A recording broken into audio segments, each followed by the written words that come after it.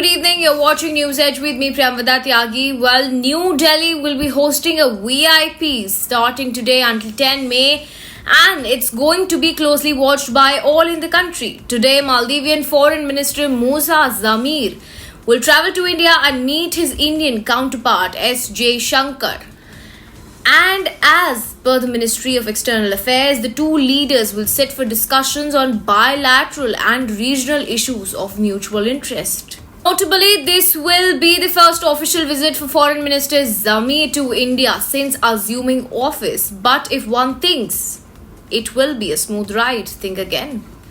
The Maldivian minister's visit comes at a time when ties between the two countries, India and the Maldives, are on a downward trajectory. Well, let's explore. Maldivian Foreign Minister will be traveling to New Delhi and meeting S. J. Shankar for discussions on bilateral and regional issues of mutual interest. The Ministry of External Affairs in its statement wrote Maldives is India's key maritime neighbor in the Indian Ocean region, and Foreign Minister Zamir's visit is expected to lead further momentum to bilateral cooperation between the two countries. While this will be Zamir's first visit to India since assuming office, this won't be the first interaction between S. J. Shankar and the Zamir. The two leaders had earlier met in Uganda's Kampala back in January. All eyes will be on the meet as it comes between the frosty relations between the two countries owing to the strong anti-India rhetoric emanating from Mali.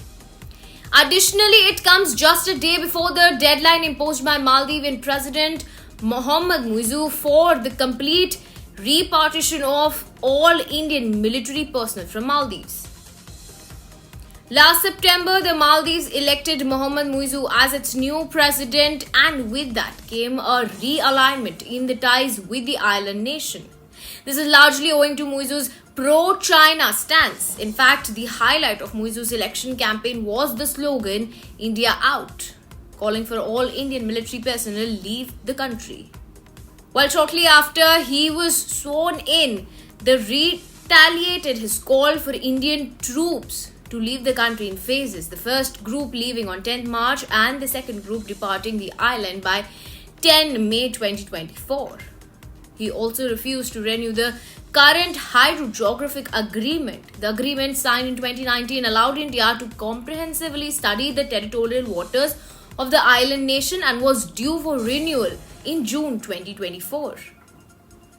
While it has also been officially informed that the Maldivian state will not renew the agreement, which gives India substantial powers to draw charts of Maldives' boundaries and the seabed. In January, Muizzu had also said that this country's small size doesn't give anyone the license to bully it. Well, really.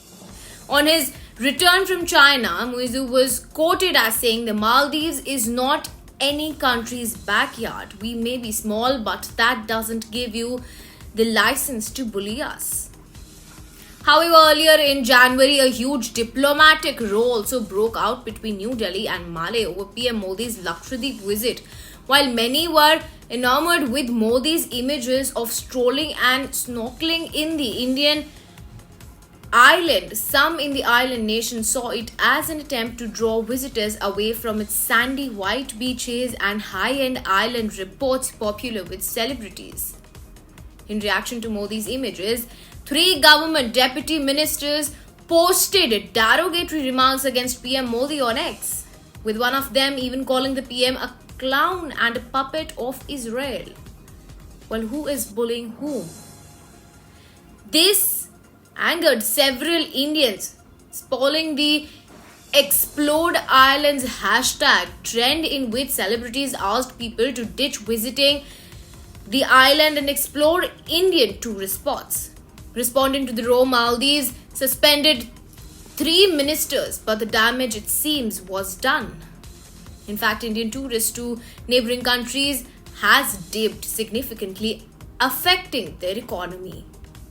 However, after the anti-Indian rhetoric, Muizzu has attempted to strike a note with many, stating that Zamir's visit in a step in that direction. In March, Muizzu called India its closest ally and urged New Delhi to provide debt relief to his country. And it's not just that.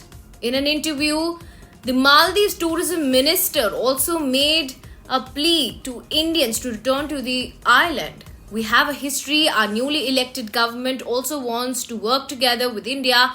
We always promote peace and a friendly environment. Our people and the government will give a warm welcome to Indian arrivals. As the tourism minister, I want to tell Indians to please be a part of Maldives tourism. Our economy depends on tourism.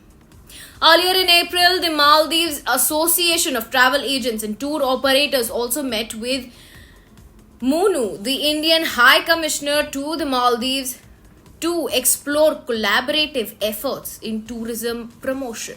Well, will Maldives gamble now pay off? Let's wait and watch. That's all we have for the day. Thank you for joining us. We'll see you tomorrow.